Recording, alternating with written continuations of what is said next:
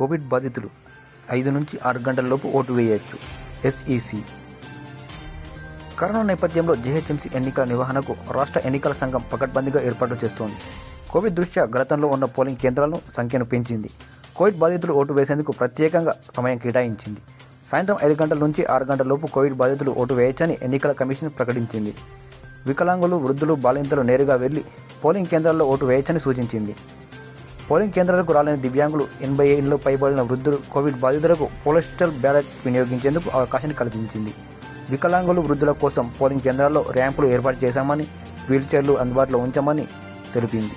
వీల్చైర్లను తీసుకెళ్లేందుకు వాలంటీర్లు సైతం నియమించామని వెల్లడించింది.